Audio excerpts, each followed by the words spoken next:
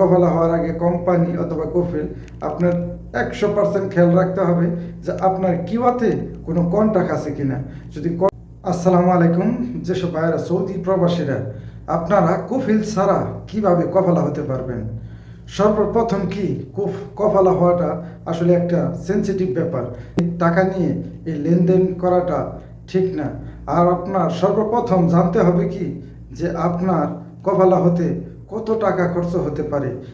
সর্বপ্রথম আপনি এই জিনিসগুলা জানাটা খুব প্রয়োজন। আর কারা কারা বর্তমানে কফিলের অনুমোদন ছাড়াই কাফালা হতে পারবেন সৌদি আরবে।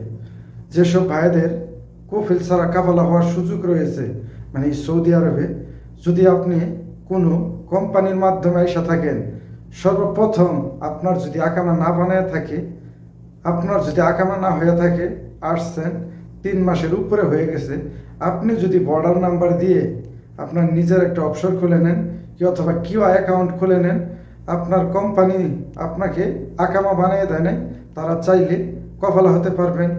দ্বিতীয়ত, আপনার কি যে কোনো কফিলের হান্ডারে থাকেন, যদি আপনার কফিলের হান্ডারে থাকলে আপনি কফালা হতে পারবেন। আগে আপনার জানতে হবে যে আপনার কিউআর অ্যাকাউন্টের মেয়াদ কি আপনার কফিলের সাথে চুক্তি আছে কি নাই।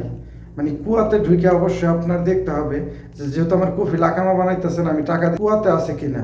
যদি কুয়াতে যদি কন্ট্রাক্টের মেয়াদ থাকে, যদি আপনি কোনো কফিলের হান্ডারে কাজ করেন, তাহলে অবশ্যই কিন্তু কফিলের কাছে তলবটা চলে যাবে। আর যদি কোনো ভাই নতুন আসার পরে কোনো ফ্রি বিষয় কফিলের হান্ডারে আসছেন, আপনাকে আকামা বানিয়ে দেয় নাই কি অথবা আপনি এখন পর্যন্ত কোনো কাজই করেন নাই, আপনার সর্বপ্রথম আপনি কোম্পানিতে আসেন কি অথবা কোনো কফিলের মাধ্যমে আসেন। তাহলে সর্বপ্রথম আপনারা কাজটা করবেন কি যে আপনি একটা অফশোর অ্যাকাউন্ট খুলবেন বর্ডার নাম্বার দিয়ে। অফশোর অ্যাকাউন্ট খোলার পরে আপনি একটা কিউআই অ্যাকাউন্ট খুলবেন, তাহলে আপনি খুব সহজেই তানাজল হয়ে যেতে পারবেন। তারপরেও কিন্তু ইদানিং নতুন একটা আসছে যে যারা কফালা হতে পারবো, যারা হাউস কিপিংয়ে কাজ করে, মানে হাউস ড্রাইভার কি খাদ্যামার ভিসা যারা কাজ করে, ওনারা যদি কফিল অথবা কোম্পানিতে যদি কোনো হুরুপ থাকে, ওনাদের যদি কোনো হুরুপ থাকে, হুরুপ কেটে কিন্তু নতুন এই সুযোগটা রয়েছে যে ওনারাও কফালা হতে পারবে। এই সুযোগটা আপনারা কাজে লাগাইতে পারেন। মানে এই 2 ভাবে যদি আপনারা, এই 3 ভাবে যদি আপনারা কফালা হন, তাহলে আপনারা 100% কফালা হতে পারবেন।